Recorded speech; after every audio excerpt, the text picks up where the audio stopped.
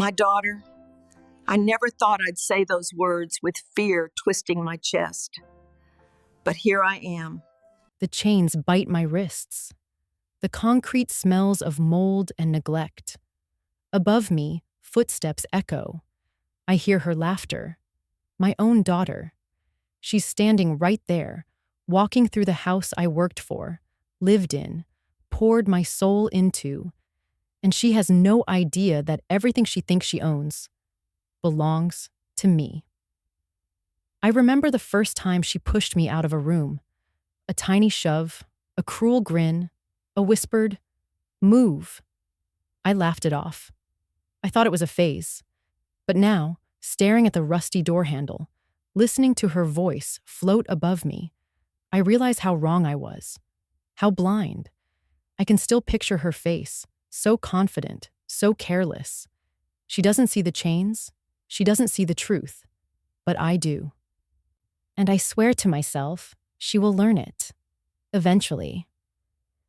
It all started months ago, when life seemed normal. I lived in a modest brownstone on the edge of the city, a home I had purchased quietly, piece by piece, long before my daughter even thought about moving out on her own. She rented the upstairs apartment, convinced she was independent. She never asked whose building it was. I let her believe she had control. Let her think she was free. My love for her was foolishly blind.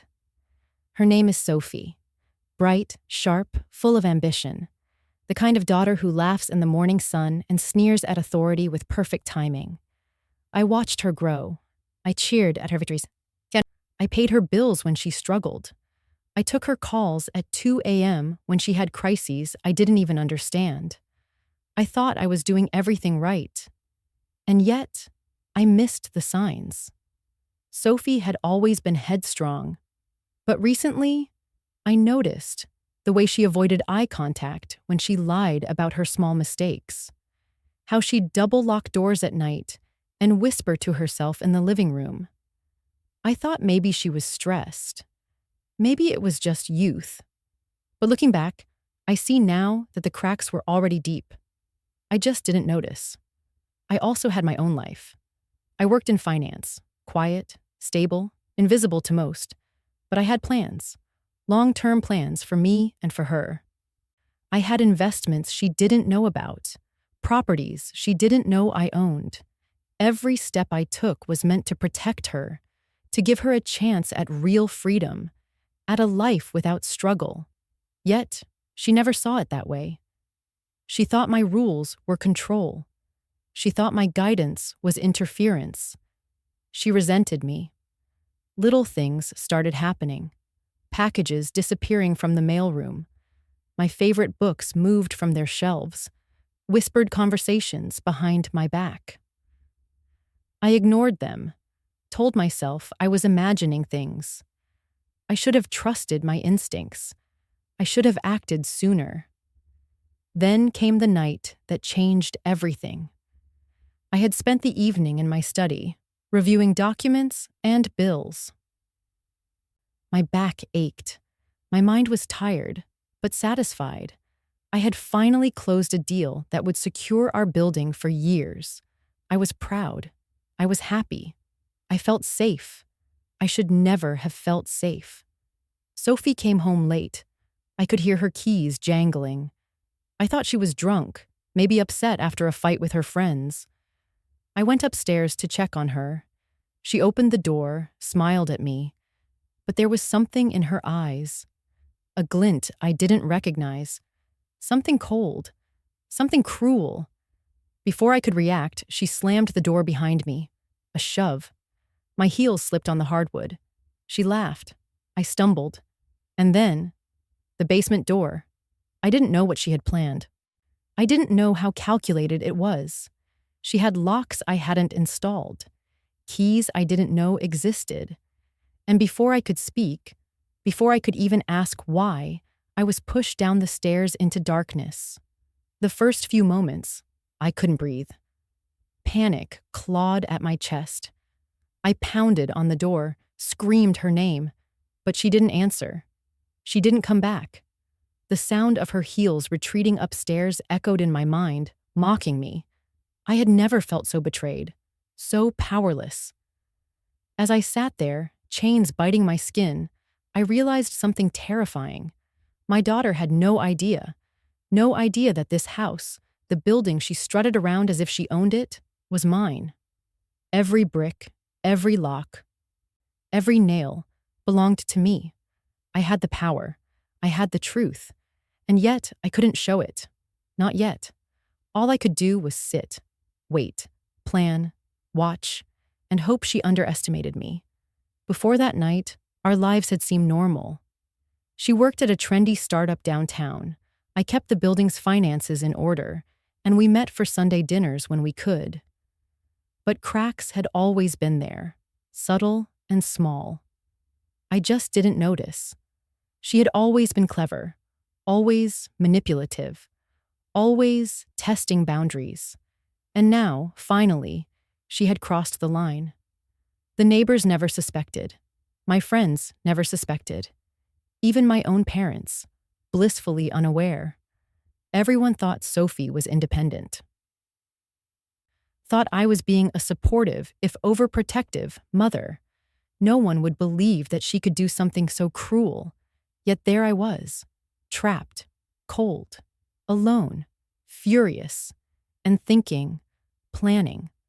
I could hear her above me, singing softly, carefree. Maybe she thought I was gone forever. Maybe she thought she was safe.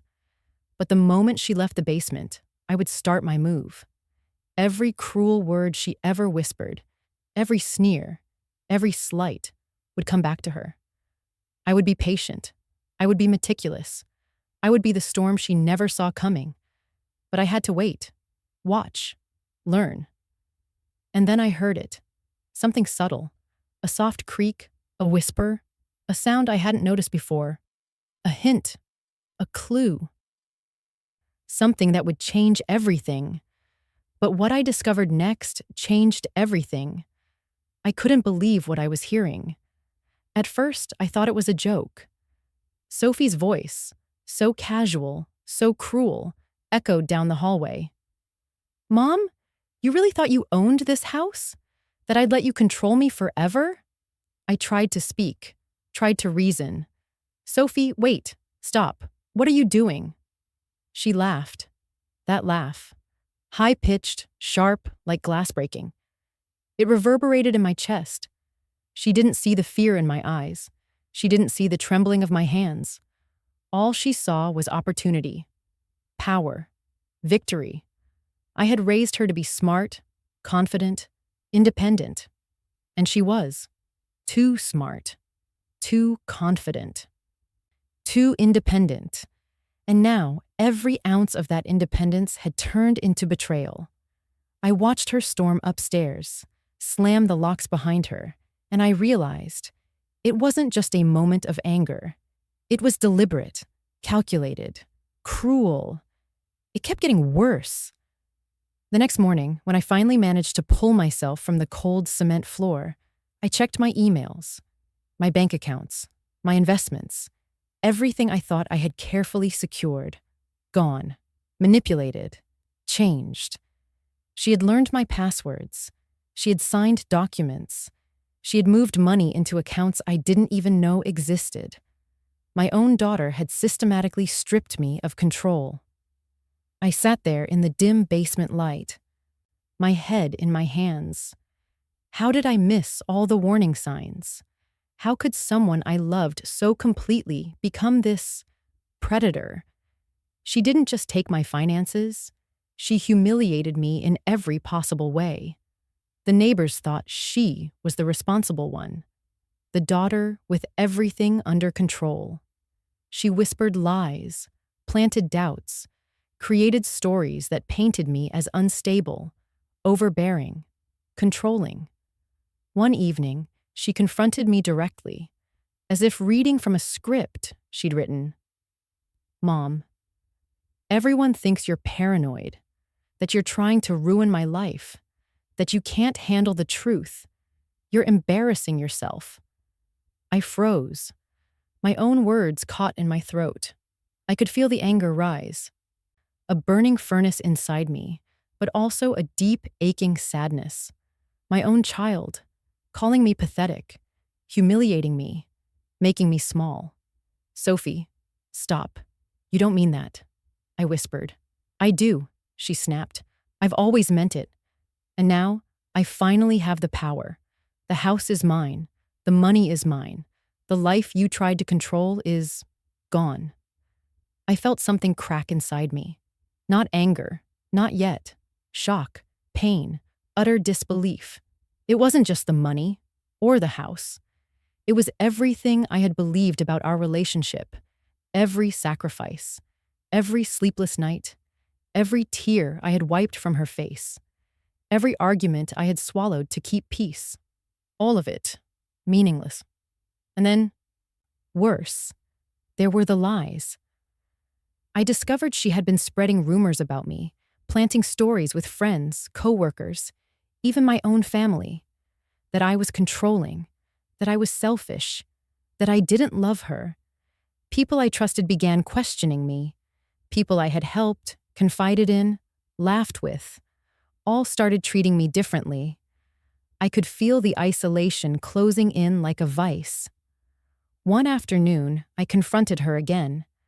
I was trembling, but I forced myself to stand tall. Sophie, why? Why are you doing this to me? She leaned against the counter, smirking. Why? Because you never let me live my life, Mom. Because you think you can buy love, control people with money. I'm tired of it. And now, I'm free. Finally. I couldn't speak. Words failed me. I felt the betrayal like a knife twisting in my chest. The daughter I had raised, the one I loved unconditionally, had become a stranger, a villain, a tormentor. It wasn't just the emotional betrayal. She went further. One night, I discovered she had invited friends over, parading them through the house as if it were hers. She had replaced my photos, my furniture, my memories with her own marks. She left notes mocking me. Mom doesn't belong here anymore. I cried. Silent, bitter tears. Alone. I couldn't even confront her directly. She anticipated every move, every question, every attempt to reason with her. It kept getting worse. She started taking small, cruel pleasures in my humiliation. One morning, she called me from the hallway outside the basement, her voice deliberately cheerful. Hey, Mom, breakfast is ready. Oh, wait, I forgot. You're down there. Guess you'll just starve for a bit. I pounded on the door, screamed, threatened. But she was gone before I could even catch a shadow of her. She had planned this meticulously. Every moment of my suffering. Deliberate. Days passed. My world shrank to the size of that basement. The cold, the darkness, the isolation. It was unbearable. I had always imagined betrayal as a moment of pain, a fleeting storm. I had never imagined betrayal as this sustained, methodical torment. And still, she didn't know the truth. She didn't know that the house, every inch of it, was mine. She didn't know that her perceived power, her freedom, was built on the foundation of what I had purchased and controlled all along. I began observing her from my limited vantage. Every day, she strutted through the rooms like a queen, oblivious to the chains that bound me below. She had friends over. She celebrated. She made deals. She mocked me indirectly, bragging to neighbors about how she had taken over the space. Every laugh, every sip of wine, every careless smile, fuel for the fire building inside me. She thought she had won. One evening, when she came home late, I overheard her talking on the phone. Yeah, Mom? She doesn't suspect a thing. She's stuck in the basement. She'll stay there until I'm ready. I've got this completely under control. I felt rage like a tidal wave. My hands curled into fists, my body shaking. I had to hold back the screams.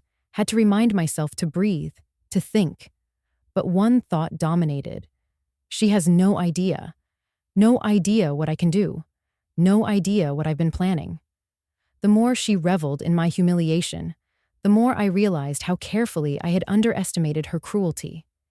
Every smile, every word, every gesture. It was designed to hurt me, to break me. And for a moment, I wondered if I had failed her as a mother, if all my love had been in vain. And yet, a seed of something darker, something stronger, began to grow inside me. Revenge, justice, payback. I could see it now. Every mistake she had made, every lie she had told, every cruel word she had whispered, it would come back to her. But it would take time, patience, strategy, precision. I began making mental notes. Every exit, every lock, every hidden camera, every weak spot in her plans. I cataloged her friends, her routines, her social circles. I mapped her world. And slowly, methodically, I began to weave my plan. But even as I planned, even as the fire of vengeance burned inside me, the betrayal still stung. Each moment of cruelty she inflicted, each insult, each small triumph of hers, reminded me how deeply she had wounded me, how she had turned my love against me. And still, I had to wait. I had to watch. I had to endure. Because revenge isn't about emotion. It's about strategy. It's about timing. It's about letting the other person believe they have won. Before you take everything away.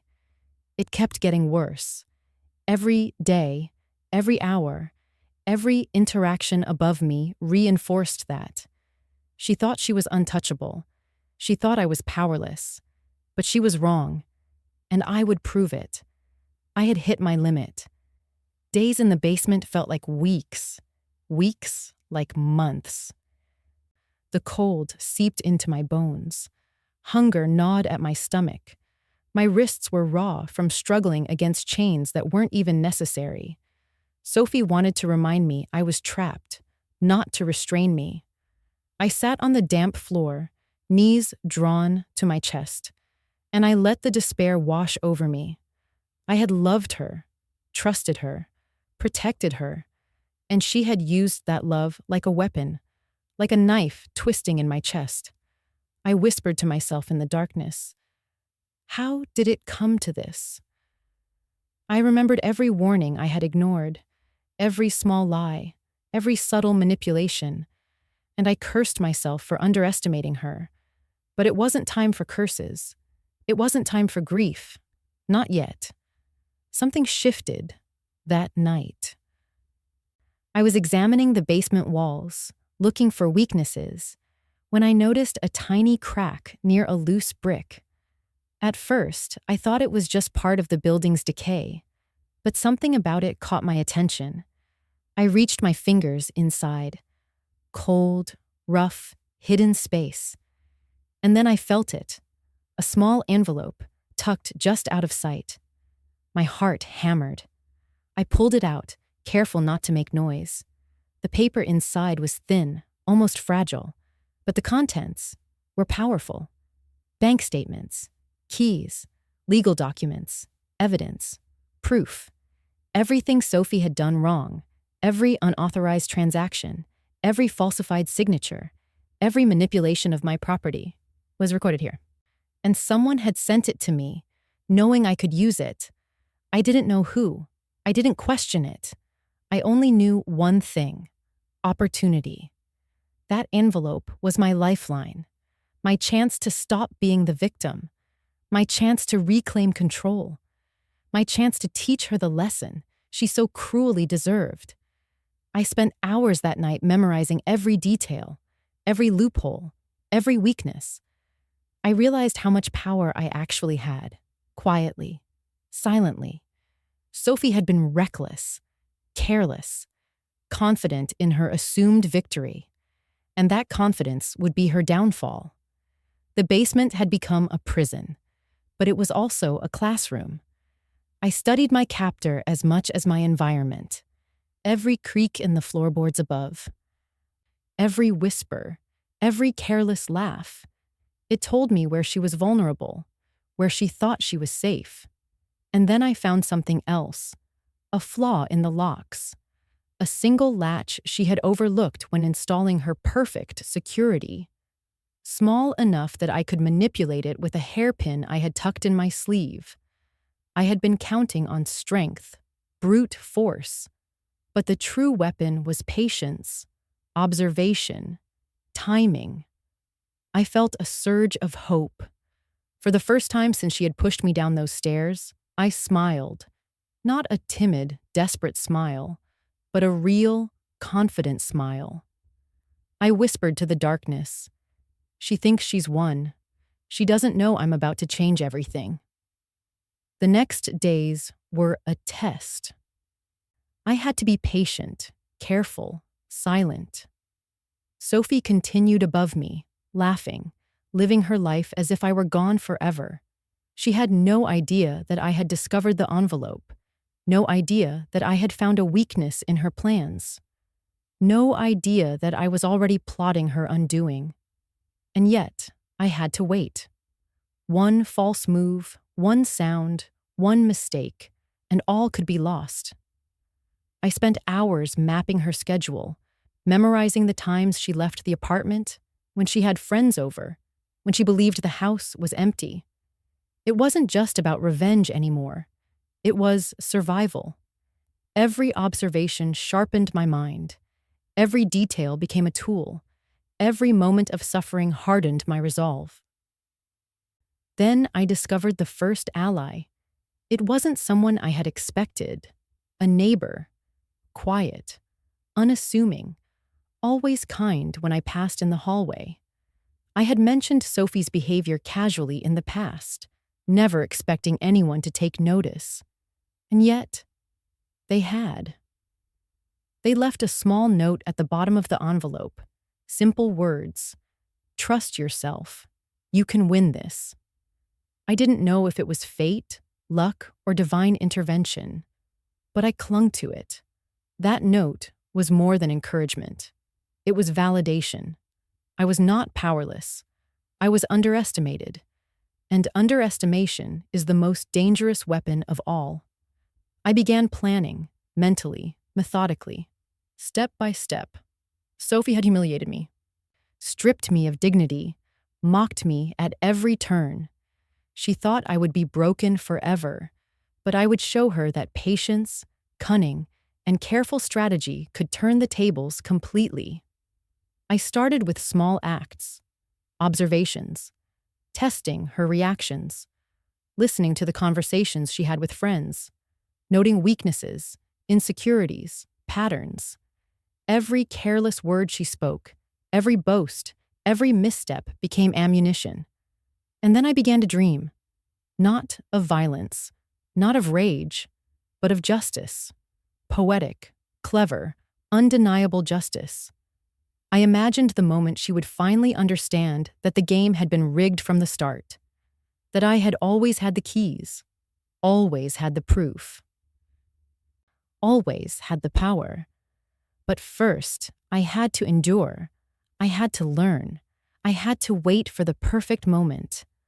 I also realized something important. Revenge wasn't about anger. It wasn't about shouting or breaking things. It was about strategy, about planning, timing, precision. And I was ready to become a master of that game. The basement had stripped me bare. It had taken my freedom, my comfort, my warmth. But it had given me something else: clarity, focus, a sharpened mind, a single goal: reclaim my life and make Sophie pay for every cruel word, every mocking smile, every betrayal. I could hear her footsteps above me one night, walking across the floorboards. Confident, careless. She didn't know I had found the envelope, didn't know I had studied her patterns, didn't know I had discovered her weaknesses.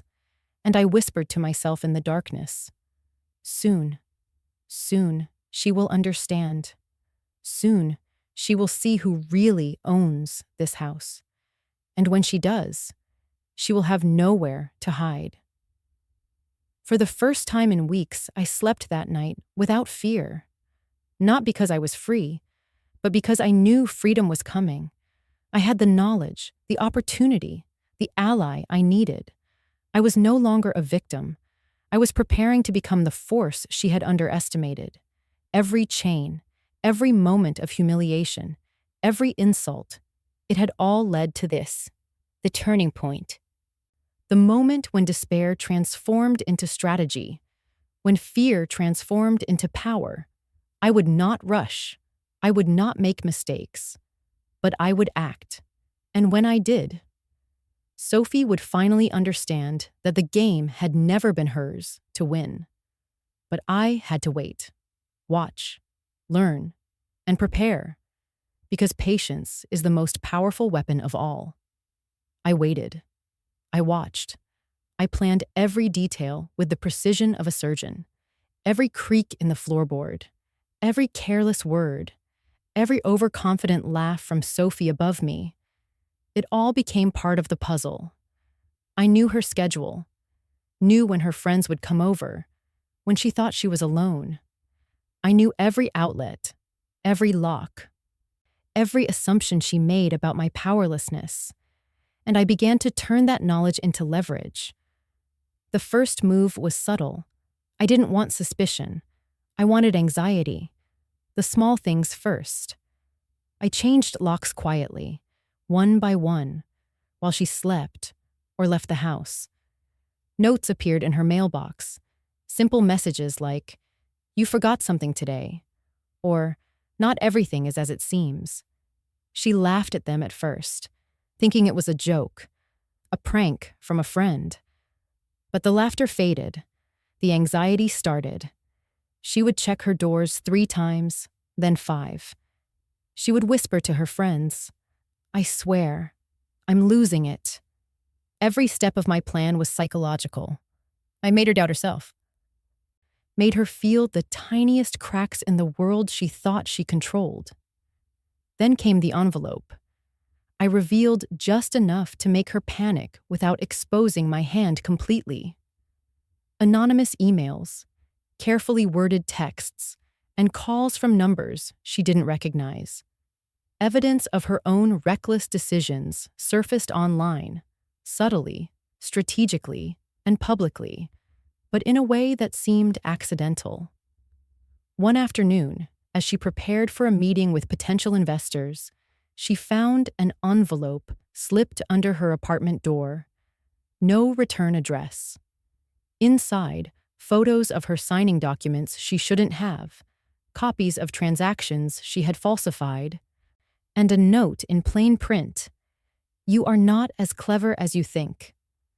I watched from my hidden vantage point as her face turned pale. She dropped the envelope. She staggered back. Her hands trembled. I didn't have to say a word. The panic, the shock, the realization, that was enough. It escalated from there. Her friends began noticing strange things. Invitations she hadn't sent. Bills she hadn't authorized. Social media posts she didn't remember typing. People she trusted began questioning her. Invitations she had accepted disappeared. Emails she swore she hadn't sent leaked online. Her confidence, her pride, her control, they all started to crumble. I orchestrated each moment with care. Every slip she made was a calculated domino in the larger design. Every lie she told, every cruel word she had whispered to me, came back to her like a shadow she couldn't escape, and she began to unravel. One evening, I positioned myself in plain sight, well hidden, of course, but close enough to hear everything. She was pacing in the living room, phone pressed to her ear, voice sharp. "No, I didn't do that. I don't know how it happened. You're lying." The person on the other end, gently, calmly, laid out the facts. Documents, evidence, witnesses, her own misdeeds. And Sophie realized, truly realized, that she had been exposed. Her knees buckled. She fell into the sofa, her face pale, eyes wide, mouth opening and closing like she couldn't form words. I could see every ounce of her overconfidence collapse, every smirk, every mocking glance, every cruel tone she had ever used toward me. Gone. She wasn't powerful anymore, not even close. She had thought she was untouchable. But the truth had a way of sneaking up quietly, invisibly, and then, smack, changing everything. And I watched, patiently. I didn't shout. I didn't storm in. I didn't rage. I let her panic do the work for me. Every frantic movement, every desperate call, every whispered plea for help. She had earned it. Every humiliation she had inflicted on me, multiplied tenfold, reflected back at her perfectly. Then came the final act. I revealed the ultimate truth, the house. I appeared in the apartment, calm, collected, a cup of tea in hand as if I were stepping into my own kitchen. She froze. Her jaw dropped. Her voice trembled. Mom? What? How? Ooh? I smiled softly. This house, Sophie. Every brick, every nail, every lock, mine. Always mine. You never owned a thing here. And now, you see who really has control. She sank into the sofa again. Defeated. Silent. The kind of silence that wasn't empty. It was heavy, suffocating, final. Her friends had already started whispering outside. Neighbors peeked through windows. Her humiliation was public. She had believed she was a queen, untouchable, clever beyond measure. And now, she was nothing. And yet, I didn't gloat, not in the way she expected. I simply let the silence stretch, let her own mind and conscience do the work. Every lie she had told, every betrayal she had committed, every cruel action against me, it all landed on her like stones falling from a cliff. The poetic justice wasn't in shouting. It wasn't in punishment. It was in the truth, in exposure, in letting her see the consequences of her own actions. And oh, how she saw them. The emails, the photos, the documents, all part of a chain reaction I had set into motion weeks earlier. Friends calling to question her lies, business contacts doubting her judgment, landlords and neighbors realizing she had misrepresented herself, and through it all, she had no idea I was orchestrating it, no idea she was walking into her own downfall, built brick by the very person she had tried to destroy. By the end of the week, she was a shadow. She moved through the apartment quietly, avoiding me, avoiding the neighbors, avoiding any interaction that might expose her shame further. Her pride, her arrogance, her cruelty, they had evaporated. And I watched, satisfied, but also reflective. Because revenge isn't about hate. It's about justice. It's about balance. It's about restoring what was taken. And I had done that without ever breaking a law, without ever stooping to physical harm, without losing myself in rage. She finally spoke to me, voice trembling, hesitant, almost pleading. Mom, I didn't answer at first. I let her feel the weight of her actions. Every sneer, every cruel word, every moment she humiliated me returned to her. She had to face it herself. Then I said softly, quietly, with all the control I had regained, you think power is taken with force, but real power is knowing who really owns the truth.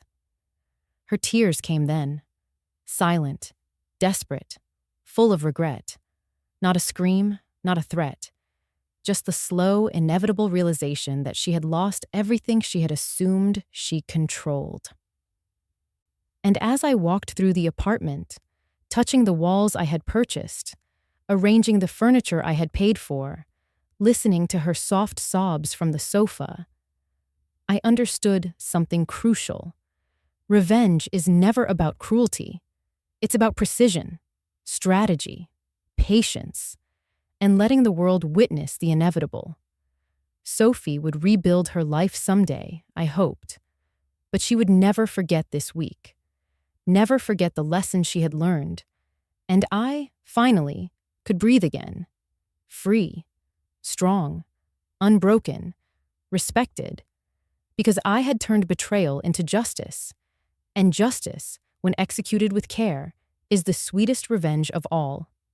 The days after Sophie's downfall were surreal.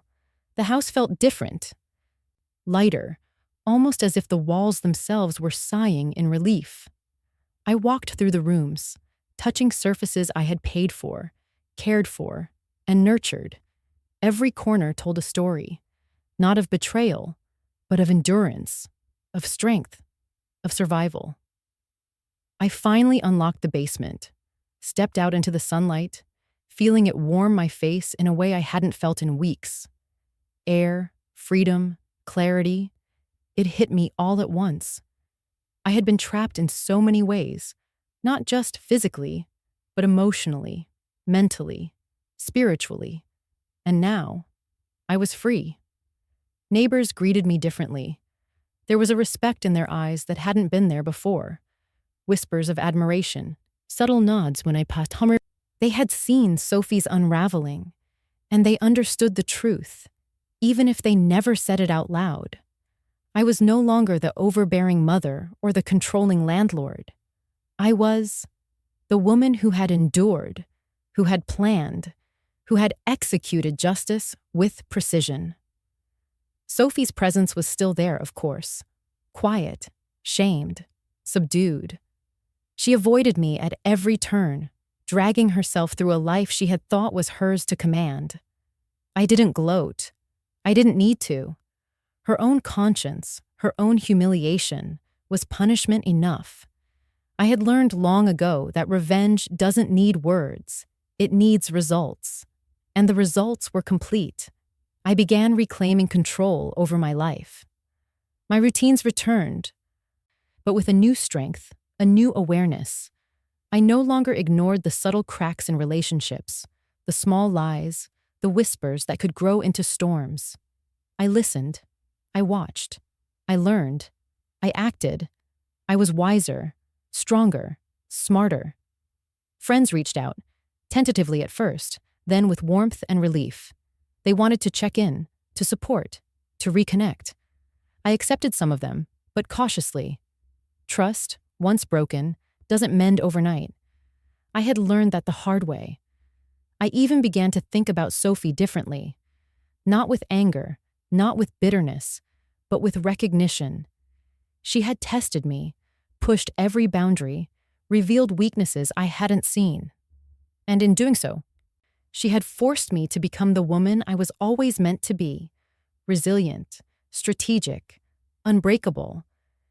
Sometimes I would catch her in the hallway, eyes downcast, hands fidgeting, avoiding my gaze. And I realized something important. She had learned. She had seen the consequences of arrogance, cruelty, and betrayal. She had felt the sting of being underestimated. And that, in itself, was a victory I hadn't needed to engineer further. The house settled into a quiet rhythm. I walked through the rooms in the mornings, tea in hand, sunlight streaming through the windows. The living room where she had danced with arrogance now felt like a sanctuary. The kitchen where she had mocked my authority now smelled like coffee and calm. Every corner was mine, not just because of ownership on paper, but because of endurance, because of patience, because of strategy and execution. I began documenting everything, my plans, my strategies, my observations, not to gloat, not to punish further, but to remember, to remind myself of how far I had come, of how betrayal could be turned into strength, how despair could become power. I reconnected with family, too. My parents, who had been unaware of the depth of Sophie's deception, reached out more frequently. Calls, texts, even visits. They wanted to check in, to reassure themselves that I was safe, that I had survived. And I listened. I smiled. I answered some calls. I declined others. I had learned the value of boundaries, of self-preservation, of choosing who truly deserved access to my life. Every week, my parents call me. And I remember those early days, trapped in the basement, hearing Sophie's laughter echo above me. I remember the fear, the helplessness, the betrayal. I remember the cold, the darkness, the despair. And I think I never answer all of those calls, because some lessons, some victories, are meant to be savored privately. Some scars are reminders not just of what was lost, but of what was gained. Freedom, respect, control, strength. Sophie never forgot. I know that. Every glance she cast my way, every hesitant step, every silent nod of acknowledgement, it spoke volumes. She had learned what I already knew. You can underestimate someone. You can humiliate them. You can mock them. But if they endure, if they wait, if they plan, you will always meet the consequences of your own arrogance. And I had. I rebuilt. I reinforced. I lived. I thrived. And the world responded. Opportunities I had set aside during the chaos returned, even multiplied. Friends and neighbors respected my discretion, admired my patience, recognized my strength. I had been tested, and I had passed. I never sought revenge beyond what was necessary. I didn't hurt her physically. I didn't destroy her life completely, but I had restored balance. I had turned betrayal into justice, and that was enough. Some nights, when the house is quiet, I still walk through the rooms where Sophie once strutted, where her laughter once mocked me. And I smile. Not cruelly, not vindictively, but with satisfaction. Satisfaction that comes from knowing I endured. Satisfaction that comes from knowing patience and strategy always triumph over arrogance and cruelty. And then I think back to the moment when it all began. The basement, the locks, the chains, the despair. And I remember the whisper I gave myself in the darkness. Soon, she will see. Soon, she will understand. And she did.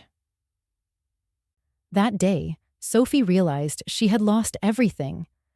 I didn't need to raise my voice. I didn't need to argue or plead. The truth, finally, had spoken for itself. And that was the day she realized she'd lost everything. Now, my parents call me every week, but I never answer. Because some victories are meant to be savored in silence. And some lessons are never forgotten.